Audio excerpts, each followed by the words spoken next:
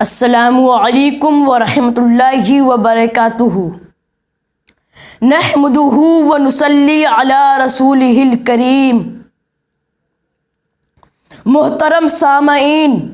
میں اعلیٰ حضرت امام احمد رضا خان علیہ الرحمۃ والرضوان کی کچھ جھلکیاں بتانے کی کوشش کر رہا ہوں۔ اعلیٰ حضرت کی شخصیت اتنی عظیم ہے کہ جس نے صرف 4 سال کی عمر میں قرآن پاک ناظرہ پڑھ لیا،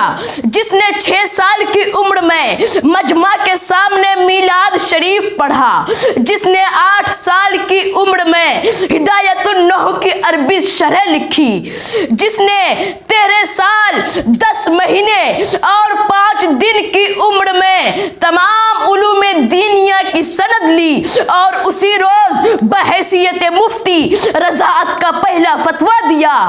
جو 1 مہینے کی قلیل مدت میں حافظ قرآن بن گیا، جس کو 50 سے زائد علوم و فنون پر دسترس حاصل تھا، جس نے لکھنا شروع کیا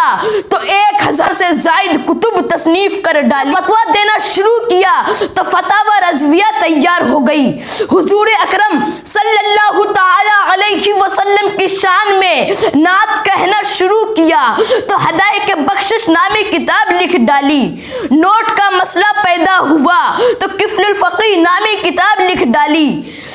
علم غیب مصطفیٰ صلی اللہ تعالی علیہ وسلم کا مسئلہ پیدا ہوا تو حرمین شریفین میں بغیر کسی کتاب کی مدد سے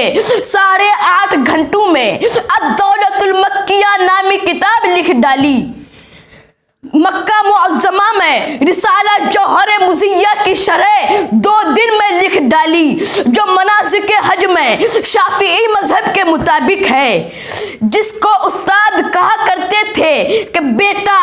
تم ہم سے پڑھتے نہیں ہو بلکہ ہم کو پڑھایا کرتے ہو،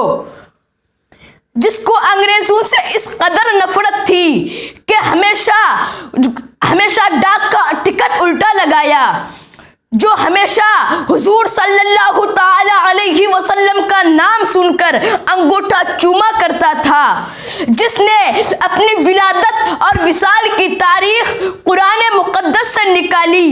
جس نے اپنے وصال سے پہلے یہ وصیت فرمائی کہ میری فاتحہ کروانا، مگر اس میں سے امیروں کو کچھ نہ دیں، سب فقراء میں تقسیم کر دیا جائے، جس کے سونے کا یہ انداز تھا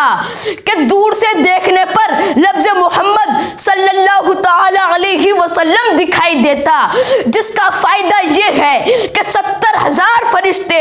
رات بھر اس لفظ محمد صلی اللہ تعالی علیہ وسلم کے گرد درود شریف پڑھتے ہیں اور اس کا ثواب اس طرح سونے والے کے نامہ اعمال میں لکھا جاتا ہے۔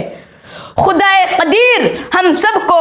اعلیٰ حضرت امام احمد رضا خان علیہ الرحمۃ والرضوان کے فیضان سے مالا مال کرے، آمین۔